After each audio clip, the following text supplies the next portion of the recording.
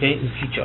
Because you get into other certain questions in terms of into another Well, area. it's convenience harder. It means the reward should be harder, but not really. It just simply means that he has to undo the damage and get what he wanted before. Are we really part of Adam? That we cause the damage ourselves? Yes. And there's the second thing. The fundamental principle. That's superfluous. The fundamental principle, which I will not elaborate, is the following: is that in the beginning, like I say, the Baruch Hashem had a tachlis for Adam. Adam failed, which is a disastrous thing for himself and the entire world. Okay. The Baruch Hashem decided that no longer will one individual ever have such power. So what he did was, he took the neshama of Adam Rishon and fragmented into different neshamas. That one neshama that he used to have became fragmented like... Chava came before. No, Chava was the...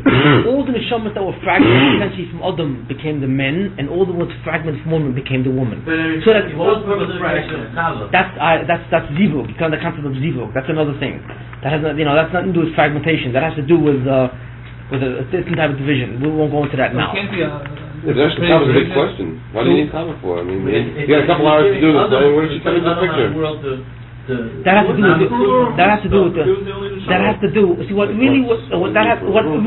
Like a long time ago, you mentioned that the whole steal the fire. Why do you have to pay really? It's the whole thing. Because I'm not going to answer the question, but it's a whole thing. But it's fundamentally the question is not why there is Chava. You see, because before Chazal say to us is that the Baruch Hashem didn't make a female. No, he simply separated the female component, which used to be Adam. And the Chazal say that Adam was an androgynous, number one, and that he had both female and male organs, or else he had two of them, one in back, he was connected, in that kind of sense. However you want to learn it, the point was, with Chazal, Adam Rishon before Chava was male-female, together. And what happened with Chava, it's simply the male-female aspect was separated. That's what it was. Now the Shaila therefore is, why does the person have to have male-female? What is the significance of that? Of having these two aspects of a personality or something? That's the question. We're just simply raising your question to a sophisticated level. You see, knowledgeable. It makes it a little easier because at least you're not dealing with two people. What do you need two people for? It's not an addition. Differentiation. Right. Yeah. So it makes it easier. I just wanted to, it makes. Right. And then something assuming that you suffer by having a kasha is a little bit removed. In that sense, okay, and that's the kind of thing. That's the kind of thing. Female components are external. Not always necessary to cure someone. Sometimes it's important just to alleviate some pain. Okay, that's essentially what the concept is over there. But so that's the thing. Now, what I want to be very careful over here is this. That's what Misa is. Misa is this kind of thing. Misa is therefore nothing more than an alternative option of getting to Olam Haba just along the way. That was the effect that had on Adam. So when the Baruch Hashem said that B'yoyim Achachem Mois Musam, he was giving not a curse, but he says, I'm going to have to do this, That's why I structured Bria, and this is the way to get around this kind of thing. Okay. Now, what about the Yetzer himself? There's something else important, which I want you to learn kind of words. We spoke about concept of Zoyama, you know what that means, and so on. What happened to Yetzer himself? Well, the thing is that the Yetzer, when he was created, he was created with a certain koyach. It was an enormous koyach in terms of what he can do. You see, in terms of what he was much smaller. He wasn't very big. In terms of his substance, he was like the smallest of all malachim. In terms of his power, he was the greatest of all malachim. You see, but after the Chet of Adam Rishon, he became very, very substantially great in terms of. In terms of many things became much greater. Once he was able to take his tumor substance and distribute it in the entire Bria because of the Chet of Adam Rishon, the Yetzer Hara became much more powerful. His shlita, or his dominion, you see, his power became very, very great. That is called Tigboris Hara. That's what the technical or the enlargement of Ra. You see what I'm saying? That's what it's called. This is a very, very critical principle because what we see is the very following thing, and I'm only going to show this in terms of structurally the model here in the beginning. Every time a person does the Chet, or in that case Adam was the Bria. I mean, he was everything. You see, the direct consequence of his Chet was twofold. You see, was number one, the direct consequence of his Chet was the fact that it enlarged the Ra. The Ra became greater. And when the Ra becomes greater, it is now necessary to remove the Kilkel, you see. When the Ra becomes greater, the Tigburis Ra is the Kilkel that he entered into the Bria. What did he do really? He gave it, what used to be a prime minister now became an emperor. You understand what I'm saying? His koyach, his dominion was much greater. That is the direct consequence of a chet. That the Kilkel that a person introduces through a chet, which is the model from Adam Rishon, is that the Ra becomes greater. You see. And therefore, the Bria, or the Ra becomes greater, so the necessity to remove that Ra becomes the critical objective. That is the result of every chet since Adam Rishon and now. Now, if by Adam we were able to see the Ra becoming greater because of the different change of his guf and certain things and so on, how do we see it now? What it means is the following, is that when people do chatoim now, every time they do chatoim, the Ra becomes greater. What does that mean, the Ra becomes greater? The Yetzer Hara has the ability to black out ha'ora. He has the ability to shut off the pipe, the valve. He's got the valve. He controls the control valve, you see. Except that the control valve is very hard to turn. It's a very hard valve to turn. When the world was created, you see, the Yetzer was created to give Bechira to Masakanam Netzufa, right? So therefore had to be a certain amount of Hester, you see. So the Yetzer Hara had the ability to shut off the valve. What I mean Yetzer Hara means the Bria was created in a certain massive of Chesoren. Chesoren means lack of shlemus, in order for the Bechira to take place. When Adam did the Chet, the Yetzer Hara had a much stronger power, became stronger, and was able to shut the valve off even stronger. So he was able to black out more ha'ora. And what happened is the whole substance of the Bria became darker. You see what I'm saying? That's what happened. It became darker. Every time Chet is done, he suddenly becomes stronger and he's able to shut the valve off more. So that Yeruchnius becomes weaker and weaker in terms of its presence in the Bria. You see what I'm saying?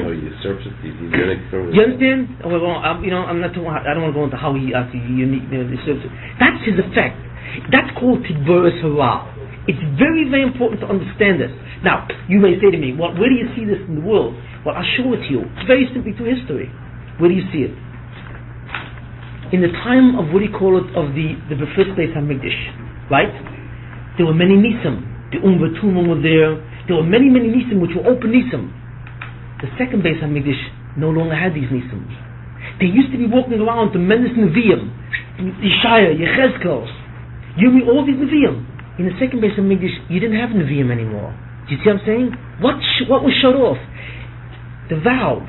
The more chatoim that Klal Yisrael do, so what's the result of that? Tigburis Hara. What is the expression of Tigburis Hara? Less and less ruchnius. Greater invisibility of the Tivon Shalom. You see what I'm saying? Then after the Nevi'im came the Tanoim. Right? Then what more Kitruk? Amoraim, Rishonim, Achronim. You see what I'm talking about? Is that for sure to know I don't know. The time we're talking about Allah and the Nevi'im? Not in terms of the ability to know emes in a certain sense, because there were no Nevi'im. You can't compare enough, even though it says, obviously, whatever valve, but there was Yerida in the koyach. When we speak about Nevi'us later on, you see, Nevi'us is a certain experience. It's an experience of extremely powerful devekas and certain das that comes in that a Tana doesn't have. Mitzad Nevi'us and so on. Now, is there a chasson? Obviously, because Nevi'us is a certain state which brings you to a kesher to the Bnei Shalom that Chochmah does not. You see, well, that doesn't mean the Tanoim were very big, but they were not Nevi'im in that sense. And I'm not talking about in terms of Haskalah. The kesher to Ruchnius in a Novi is much greater than it is in a Chochem. No matter how big that Chochem is. And that Chochem in that sense, until Yemos Mashiach. But in that Chochem, that Chochem was the Tanoim. And even their Chochem began to go down. I mean, the Amorim did not know what the Tanoim knew. An Amora cannot krig on a Tana. You can't, Amor will say what, will argue on a Tana. Except for Rav, some of them, certain exceptions. And no Rishon will surely krig on an Amora. Why not? Because obviously there's this clear awareness of this kind of thing. Now you see the whole state of Klal Yisrael becomes more and more Megushim and so on. Which means, now where did this come from? this comes from Chatoim. The effect of a chet, again, is to Tigboris Sarah, to give him Gvura. And the effect of Tigboris Sarah, or the Kilkul, is to shut the valve off more and more, so that there's a gradual disappearance of the presence of Ruchnius in the Bria. They have to reverse that. Yes, well, no, there's no way to reverse that. In other words, the kind that you give the Yetzirah, could you... There's only one thing that will reverse that, and that's in Yemos Mashiach. The Yemos Mashiach is the time, you see, which will bring the Bria back to the state of Adam Rishon Kodem Achet. What about if the messenger comes through dark coolest? I don't want to talk. No, that's a complicated question. Wait, I don't want to get into that. How are we going to do that? You're not going to do it. Well, no, I mean, that's a challenge. There's certain ways it can be done, but I don't want to. And Hog the Mishpat can no longer do this anymore. So how do we do it? I mean, Hog the Mishpat can no longer reverse this. I didn't mean it that you personally were asking that you can do it. But I mean, you're not. I mean, it's something which obviously will be done by the Banishim himself. Well, then Hans the Mishpat can't do it anymore. No, you can do. Well, you get into hypothetically, but it doesn't look like it. No, it doesn't look like it. But you get into a debatable point. I don't want to go. You're gonna drag me to the Indian of how this thing, how the Yemos Mashiach can come about, either Bezaka, in the Ita B'Achisha. I don't want to get into that here. You're implying that the Kilkul is just going to be exacerbated and it's not going to have to be reversed by Hans the Mishpat. That's how it's reversed. Something else. It's not so simple how it's reversed.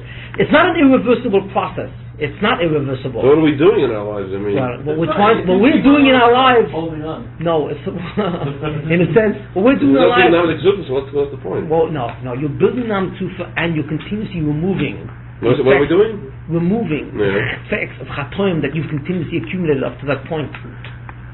And there's a tikkun of Nam Tzufa. And besides the tikkun of Nam Tzufa. Besides that, there's also the tikkun of the Klal, the tikkun of the Zomar. Now that's what I want to say. And that's concurrent. We're trying to break even. Yeah. Is that what you're saying? Well, we're trying to break. Well, we'll do more than breaking even. But what we're trying to do is, you get into more and more things which I don't want to go into. We're not prepared for this new entry, this new information. Then you go. I just want to give you just the basic concepts to build on of Tigbur Sarah and what happens to the concepts, and that's what you see by the Mauritian. That's clearly what happened there. The whole Bria changed. You see. And another thing with Tigbur Sarah was B'zeh Sapach Alechem. The Banishim said to Adam, he said, from now on you have to work for a living. What does it mean from now on you got to work for a living? That wasn't a klala. What was that really? Essentially, that's nothing more than Tigbur Sarah. It's a manifestation of Tigbur Sarah. How is that a manifestation of Tigbur Sarah? Oh, one thing I said also I just want to mention. After the Chet, Adam said, Adam, where are you? So Adam said, well, I have to put clothes on. I don't have any clothes on. So the Banishim said, how do you know that you what are you voyish for? So the thing we want to say is that was a state of the body. When Adam Rishon was before the Chet, his body was much purer. And therefore there was no concept of tumah in the body. There was nothing to be ashamed of. You see. The body in and of itself is not embarrassment or shame of the body. It comes from the Zoyama. In and of itself, the body is a tremendous thing. It's the thing which does the mitzvahs and so on. There's no need for clothes as such. You know what I mean? It's the guf that he functions with. You know, the guf itself is clothes for the neshama. You don't need clothes for the guf. Like, you understand what I'm saying? In the terms of its fundamental state. But once the Zoyama entered, then the person felt that there was something wrong with the guf. Therefore, I've got to clothe it. You see? That's nothing more than the feeling of the Zoyama in that way. You see what I'm saying? What's the Indian? What's the Indian? Now the thing. And this is a very big side, very very critical side. What happened to the Bria? And you'll understand another aspect of this of the Yetzirah, and we'll probably conclude with this. What exactly is death, really? What is death from a? I'm not talking about when a person dies and the body is there, it deteriorates, right? Deteriorates. But essentially, why do people die? Really, what is the physiological basis for death? It's not clearly known. It's unknown. Well, essentially, they do know. They know what happens when. They know what deterioration. Brain ceases to function. Well, everything gets. Talking about the definition of death, or what leads to death? Everything it doesn't function anymore. The neshama leaves the body. Things don't work. It means that's what happens. But why does when a person dies of old age? Very simply, what happens? I mean, I don't feel, being destroyed. For whoever the science. As far as I know, they don't know why the biological time clock. That's something else.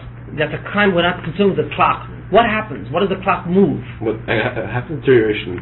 What does that mean, deterioration? What happens is basically the following. Is that a very strange concept. What happens is the following, that there's something in the body called metabolism. Metabolism means that the human body is like an engine. Essentially what it is. You take in food, you eat the food, right? And you burn the food, and it produces energy. It produces energy. The energy is distributed throughout the body, and everything works. The mind works, the brain works, everything works and so on. But it's an engine.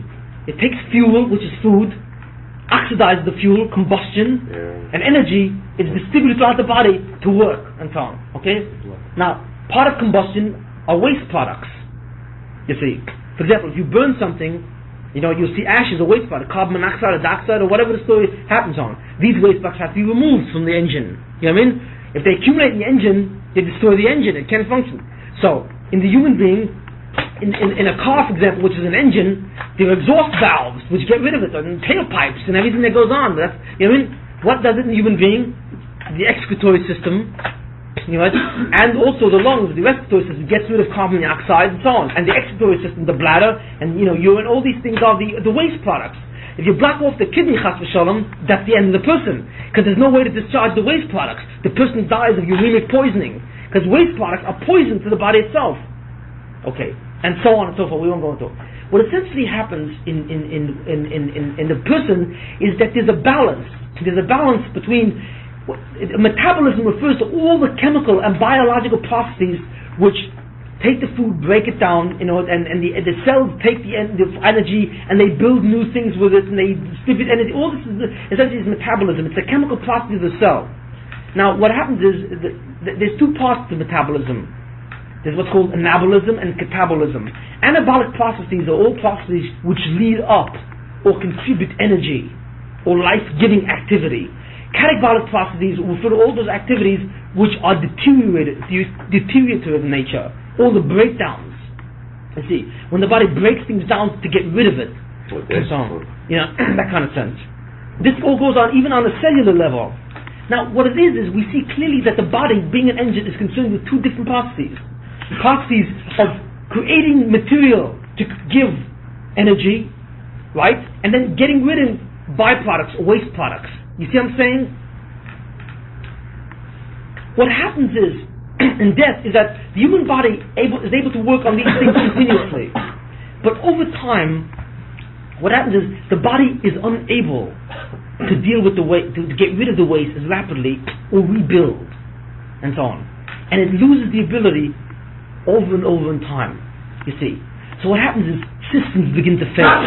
It cannot get rid of it, or it cannot invigorate itself, it cannot reproduce itself, for example. It loses the ability. Theoretically speaking, a person should live forever, unless he's killed by something else. But why? For example, if a person cuts himself, right? What happens? He destroyed millions of cells, right? The body heals itself. It has the ability to reproduce what was lost tissue. So technically speaking, the body can do this all the time. As cells die, each cell in the body, or many cells in the body, and cells go on, and each cell has a lifespan. And then after all, it loses its ability, it loses its ability to function. It wears out, and it dies. The body gets rid of it then, you know what I mean? So theoretically, the body should be continuously re-energizing itself and rehabilitating itself. It loses the ability, and once it loses the ability, then everything begins to die, and die, and die, and die. And that's the end of it, you see. That aspect of deterioration, you see, never existed in the Bria. It never existed in the Bria. The concept of catabolism never existed in the Bria. For example, there's something in physics, energy. There's something in physics called entropy, or it's called the amount of available energy. For example, in any process, in any mechanical process, let's say if you have a certain machine that's working, let's say a lever, it's moving up and down, there's energy which is involved. A great deal of that energy is used in doing something, right? But a part of that energy is lost as heat or as friction. What happens to that energy? That energy is dissipated and lost and can never be used again, you see. Which means that the entire universe itself is like an engine, where energy is transformed continuously and lost. That's also a form of death. As energy is being lost, it becomes useless, and it dies in that sense on. So what we find is that the entire Bria is involved in this theme you see, of generation and degeneration is the essence of the Bria. Adam Rishon Koydem Achet. The world was purely generative. Iron never rusted. No cell ever died. You see, the concept of degeneration never existed in the Bria. All those processes, deteriorative, disintegrative processes, nothing ever disintegrated or lost, became, you know what I mean? Because when the Yetzirah, when Tum entered the Bria, it affected not only the substance, it affected the substance. But what does it mean? It means biologically, it affected the very system itself. So that suddenly there was a whole new biophysical framework. You see, so therefore man dies automatically. You know, it's not like Tumah came in, where is it? Get rid of it. You know what I mean? You see what I'm saying? Physics, biology, and chemistry of the Bria itself changed. It's a different universe before and after the Chet. Science before the Chet was different than science after, if you want to call it that Chokhmah, to study. You see what I'm saying? It was a totally different situation. This is what entered the Bria. So everything dies automatically. You see. So the amazing thing is, you see a very interesting thing, what the Banishim said to, when the Banishim said to Adam. This is the way the Banishim works. The Banishim works always Midah Keneged Midah. You see, the Banishim doesn't work, if you do this, I'll do that, and this is separated from that. No. What he said is the following. He said to Adam, don't eat. If you eat, you will die. I'm not being honest you. What he's saying is simply this. He's saying, I will introduce into the Bria disintegrative forces. Why? So that when it's disintegrative forces themselves are evil. It's the opposite of life. And that's the Yetzirah. The Yetzirah is the Malach HaMovis. The Yetzirah is the Malach HaMovis. It's all the same thing, you see. Because the Malach HaMovis, death, fundamentally is this disintegrative processing. So the Banishim says, once you become Davik to the Ra, you become Davik to disintegration. You see.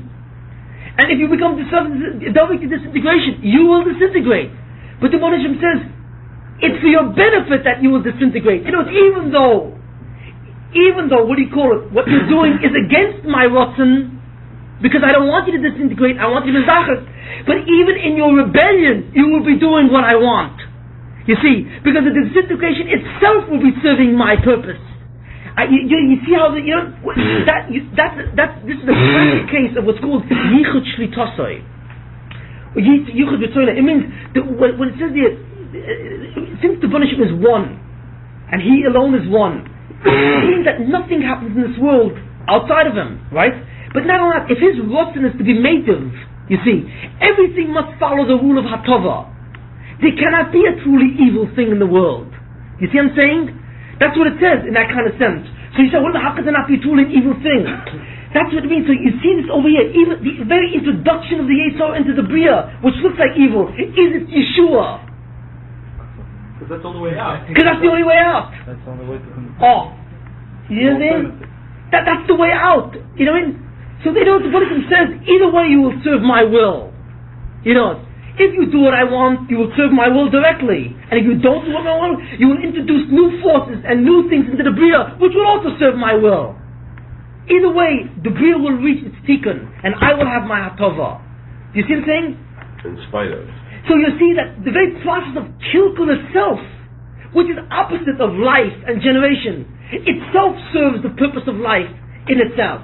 You see, this is a classic example of things. You see this in Hashkoch itself. For example, the brothers said, Yosef came over to the brothers, and Yosef said, I told him his dream. I see in my dream that all these 11 sheaves are going to be bound down, or the stars are going to be bound down to me, and so on. The sun and the moon and the 11 stars are all bound down to me. So they're saying, what's our Gaiva's dos? What's our, whatever the story, well, we won't go to the chet of the brothers, and so on. But obviously, whatever they were disturbed by, they wanted it. So they said, we're going to make sure that this dream never materializes. You see, what are we going to do? We're going to sell Yosef. But the very way they attempted to prevent it was actually what realized it. Because when they sold him, he became the Kachas Mishnah Melech in Egypt. You see what I'm saying? You know, even when you attempt to confound the Ratzon HaBorei, you must be Mekayim it. That's how it's structured. Another example, by Moshe Rabbeinu. Power said, the astrologers of Moshe Rabbeinu said, there's going to be born a Moshiach in Klal Yisrael. How do we kill him? Through water. Fine, okay, let's get him in his Mashiach. So what did he do? He was going to that all the Jews have died. So what happened? So Miriam took the baby and put it on the river. So it came to Paro, and he brought Moshe Rabbeinu right under his own palace. You know, the Baruch Shem says, you say to me that you want to make sure there's never Moshiach. You know, then I will take your method, you see, and make it the method in which the Yeshua Christ will come. You yourself will bring up Moshe Rabbeinu. Your daughter will mother him in your palace. You see what I'm saying? By the very method that you thought to destroy, to confound. This principle is called Yichud Shlitasai, or really called more Yichud Vitzono, Yichud Hanhogasai. You see? That just like the Baruch Shem is one, his Rotzen is one. If his Rotzen is Leitiv, it must be. Whatever it appears, you know what I mean? That's why no matter what it is, you know, it must be. That's why the reason it's called Yichud. That's why it's called that. Well, that's why it's called. But another thing, Tom. But you see what I'm saying? And you see this very interesting mirrored in this Chet of Adam Rishon. That which you think is a Chet, and the introduction of evil in the Bria, is the introduction of the Tikkun itself. That's how it must be. So Mela, so the Yetzer thinks he's going to the world. Oh, I have Shlita now. But his very Shlita, you see, undoing. Is his ultimate undoing. Because as he begins to destroy, he allows the possibility to rebuild later on. And you know, how that is. You see that kind of damage. You see one important thing, how Tigburis Ura itself serves the purpose of Tov. Now what I told, this is a very, very critical principle, and a very deep one. How it is. And it's one of the hidden ways that the world works. It's not conscious, it's unwittingly so. It's unwittingly so. It's and it's designed that way, on purpose. And I won't go into that because that's a whole shmooze on Hanukkah Yichud much later on. But here's a classic example of it. So therefore, wait a minute. We have some kind of understanding what the world was like before and after Adam Rishon. You see what I'm saying? On a physical level, and how the laws of the Bria were changed, and the group of Adam because of that. You have to now work. What does it mean, what exactly is that? That means that no longer will I feed you or give you what you need in terms of sustaining the guf. You see? Because the only thing that Adam had to do with the Bechira was the Eitzadas. How did Adam eat and everything else? Everything was presented to him in the Gan. He didn't have to work for anything or do anything. When he left the Gan, the Baruch Shem said, you will now have to survive on your own. Was there a concept of eating altogether? Yes. There was an aspect of some, I don't know what it was, there was an aspect of eating. Yes, there was. Because he ate of the apple. No. There is, you're right. No, I understand what you're saying. But the fundamental concepts were there, except they were different. They were in a different way. But there was a notion of eating, you see. There was an eating process because he ate of the Eitzadas. So the other things he ate too. It's not eating, it's obviously a different process, but it wasn't eating, it was an ingestion, or whatever the story is, on that level. No, whatever the story is. You got hungry, you need a snack. It's hard work. You know? Look, if I took a drink, it's hard work. Keep him away from that Eitzadas.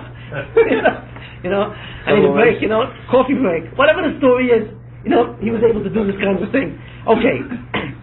What the Baruch Shem says is, no longer will I give you what you need to survive. You will have to get what you survive yourself. Now what did that do? That's Tigbur Sarah. Why? Because Adam had to work harder? No. Because the Hester is stronger. Now, therefore, that you have to go into the Bria and you have to work. That means that you're much more prone to think that you're the one who's achieving what you want. So you're much more subject to Gaiva. While I'm giving you everything, you know that you're not doing anything. You see what I'm saying? You know I'm the one. But once you do it, once you have to till the ground, you don't. So you think, I'm the one who's doing all the stuff. You see? So therefore, the Yetzirah of Gaiva becomes much more possible. Yetzirah of Gaiva is not, Yetzirah which functions, let's say, through the engine of Gaiva, is not very powerful, obviously, when Adam is getting anything. You know what I mean? What does it mean that's going on? What did he achieve or realize on his own efforts? How can he deceive himself? But once you've got to do everything, you see what I'm saying? Then Gaiva becomes much greater opportunity for Gaiva. That's Tigbur Sarah, because Tigbur Sarah means not only the introduction of the Zoyam or the substance into the Bria, but it means the capacity to also fool men more. You know what I mean? To destroy them more. That's all this is part of Tigbur Sarah. And finally, you see another important quality also. See, is another very important quality. Something else. What is that quality? The following is that, wait a minute, the Bria before and the Bria after are different in the concept of Adam having to get his own stuff. What does it mean? What does it mean when the Baruch Shem says, the Baruch Shem says, if you want food, you have to till the ground, you have to sow the ground, you have to right? You have to sow it, and you have to water it, and then you have to plant, and you have to harvest it. You've got to do all kinds of different malachas that you've got to do and so on. It means that the world is created in such a way, you see. You know, it means that plants, for example, how does a plant grow? And who does this? Well, the person, in order to survive, has to control developmental processes. But the whole reason why there are developmental processes is so that a man should have to work at each step of the way to control it. That's the curse of B'zeh Sabach L'Teicha Lechem. Before Adam Rishon Kodim Achet, the world was not developmental. You see what I'm saying? It was complete. It was there. Nothing developed, nothing grew as we knew it in that sense. It was there. The only thing that had shaykh to development was the chet, was his ability to eat or not to eat. That's the only thing which was subject to fluctuation. You see, that's the only opportunity of flexibility of movement. Everything else was static, stationary, and living. It was Muslim and living. You see, the Chet of Adam Rishon introduced two things. It introduced the concept of development, that something has to develop over time in processes, so that Adam Rishon now would have to be metapel, or involve himself in each level, and work and develop it through the Zeh Sepachim. And it also involves, the second thing is with that deterioration entered the Bria. So even after he develops it, there's not only development towards maturity, but then there's a gradual development towards death. Fluidity both ways. Yes. You see what I'm saying? But there's the Pachal Teicha Lechem introduced the concept of development. But development goes one way, from an infant to an adult, you see. That's what B'zeh Pachal Teicha Lechem introduced the Bria. What Mois to Musin introduced the Bria is that the development goes up and it goes down. You see what I'm saying? That's what it means that the Yetzer entered the Bria. The Yetzer entered the Bria means two things. It means the very notion that the world has to go through developmental phases is a Yetzer Hara. Why? Because it's a level of inadequacy. It's a level of chesuron. If you have to wait for something to become an infant to an adult and go, that's a chesuron. You see what I'm saying? That's a chesuron in the shlemus, or the perfection of the thing. It has to wait from its origin to the point of its maturity, or its highest level of sophistication. You see what I'm saying? That's a chesuron. That's a level of hester. You see? A true level of perfection is when, like, how was Adam created? Was Adam a child? Was he a boy? No. Adam was a full man instantly, with full koiches and full prowess. That's the way the entire Bria was created. There was no developmental thing. Just like Adam never matured, he never went to puberty and adolescence and then became a man. You see, Adam was a man. He was created as a man. You see what I'm saying? It's that kind of thing. The Chet of Adam Rishon changed everything. It introduced the concept of chesuron, and therefore it forced the notion of developmental thing, so that something has to achieve its level of maturity and sophistication only in a certain time through a series of steps, and that's symbolized by B'zeh Sabach L'Teicha Lechem. You see? And not only that, but it will also develop up and it will die.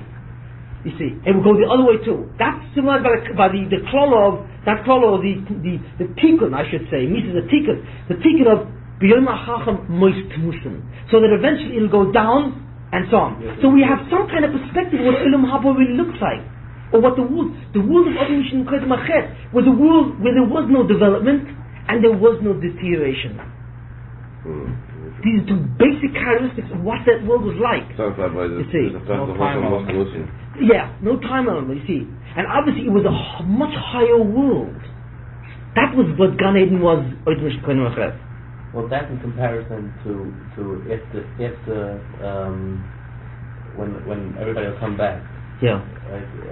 Shir Mason is different because Shir Mason is many people versus the one. Obviously things have changed. There's certain things that change that are irreversible, right? The fact that no longer will one person get Olam Haba, many people will get. Obviously there's certain things that changed that remain changed. But the fundamental objective of Olam Haba, of Zichur HaGuf, never changed.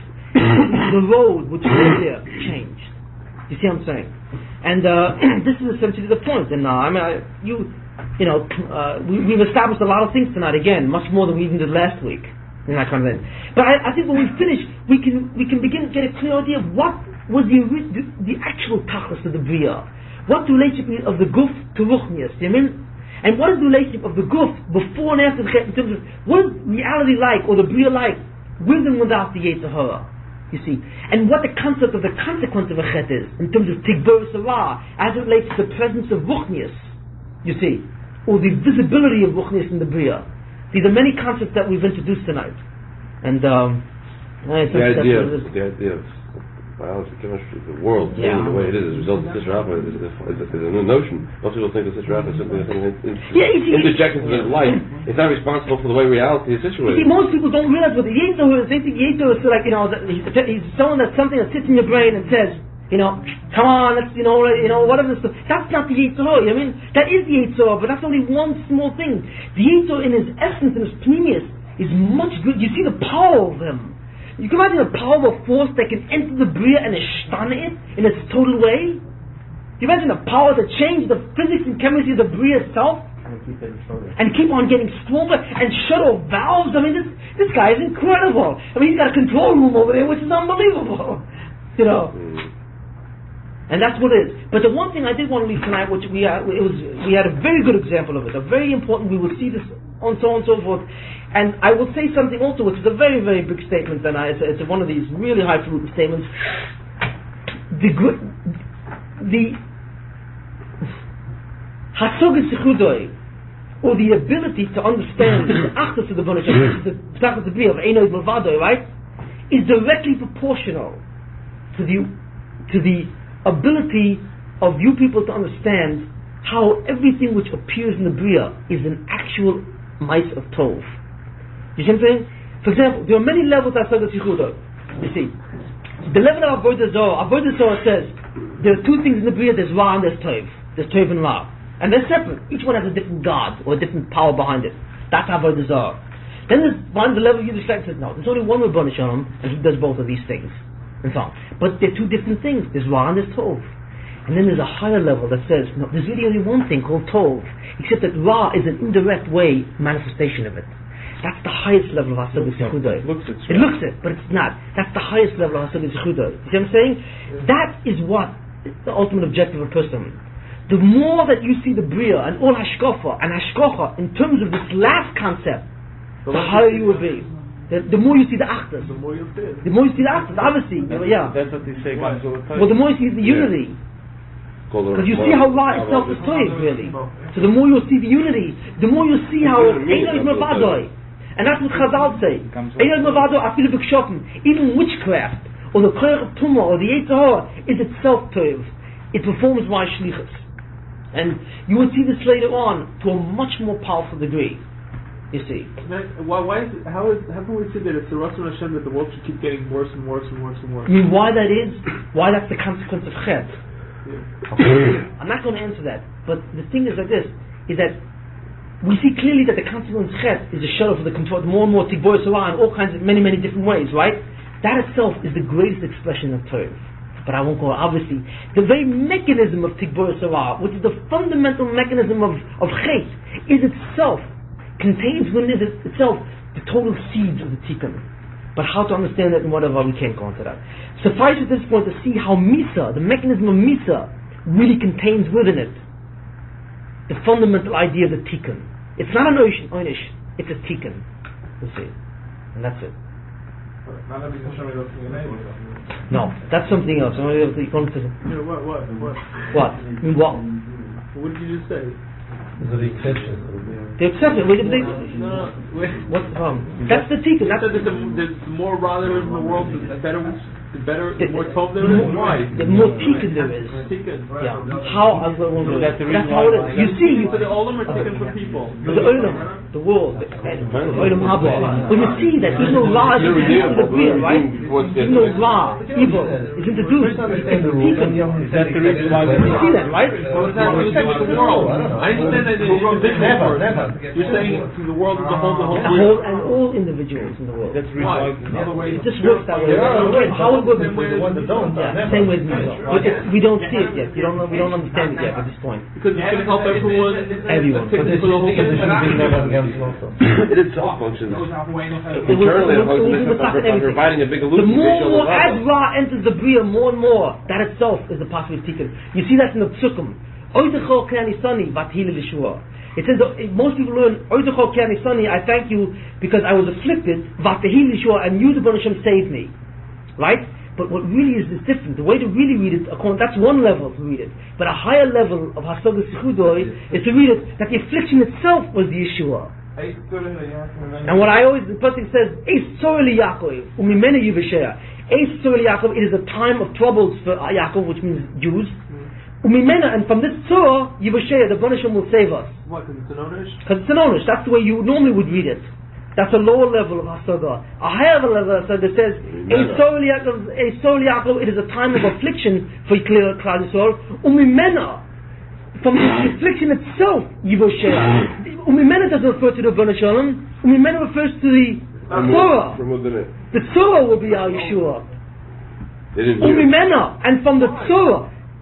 You see that, because that's the way the Bnei Shalom designed the world. The Bnei Shalom designed the world so that the Torah itself brings the Yeshua, the Tikkun. That's all. That's what they say also. You see that Misa? But that's only because we got stopped by Adam. No, yeah, you see that, but that principle is all over, except you only see it at this point here. But that, I showed it to you by Yosef and other places, but that is the fundamental principle of the Bria itself, and to the greater the degree you understand that, the greater level of Hasagas Yichudot and Yiras Shamayim you're capable of in that kind of sense. That's really where it's at. That's the level of Atores Adas, Hashem Elokim Eino Id Milvado. That's what it means. That's very difficult. But you have to admit that currently there's also interfaces with the Mishpah, because the Mice is providing an illusion of Yeshua Milvado. Yeah, whatever story, but okay. Just bring out the point, right? You would agree with that, no? Yeah. Well, the Mice is functioning that way too, because you have the illusion of Yeshua Milvado, so you have to deal with that. That's all the functions too. Right?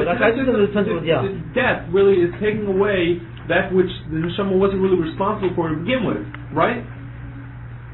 The Neshama, when it first comes out, with all these hardships and all this terrible stuff, right? Yeah. It didn't do anything to get it, right? Right. The death takes that away. Because you can't fight it, right? Yeah, it enables the person to go to Zachach, the Guf, to be restored. Yeah. That's what death does. But what I'm saying is that he wasn't really responsible for it to begin with. Who? The Neshama, that particular Neshama. Well, in aspect, you're right, the Adam in that sense. But the Adam was responsible. You want to bring in the so how is it the same as the Ra in the world? I mean, that is caused by people. By the people themselves. Yeah. And like I said, death is caused by the Adam. Adam was responsible for his Misa, wasn't he? Who did the Chet? Adam did the Chet. So he's responsible for his Misa. Right?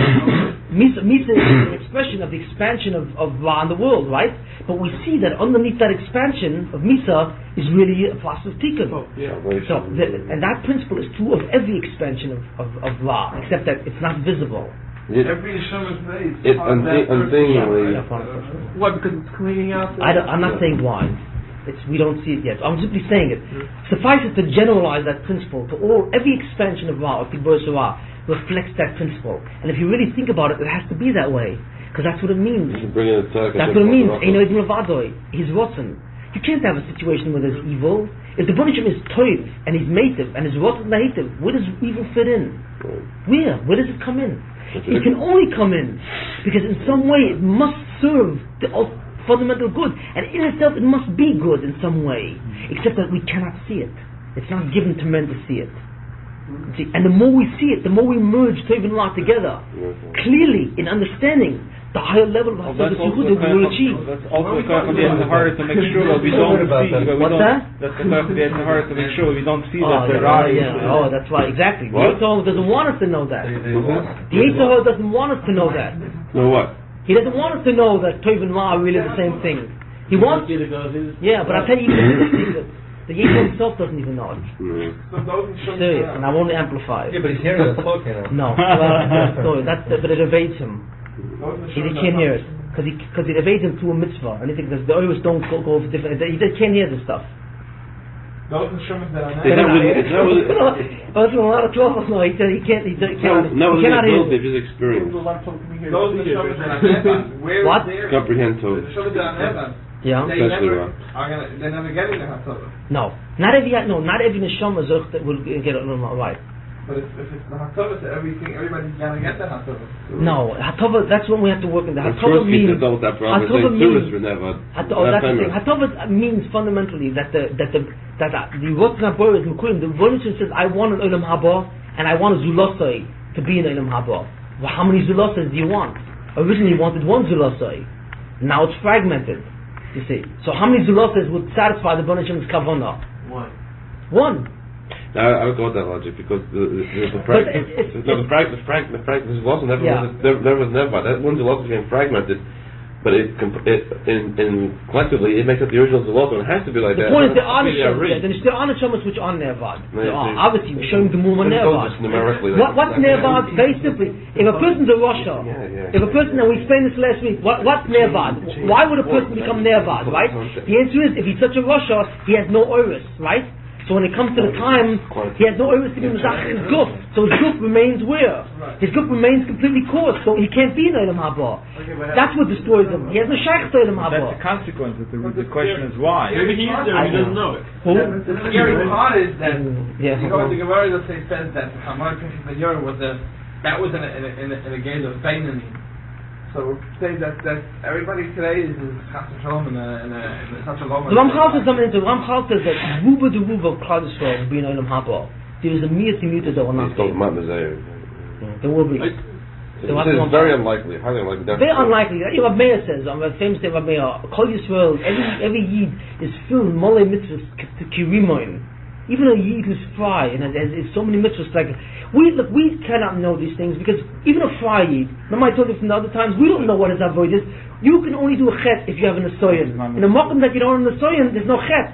You know saying? It's as simple as that. So if a Yid does a chet, if Yid does a maisa, and there's no bechir in that maisa, even if it's a maisa which looks like a chet, there's no damage to his neshama at all.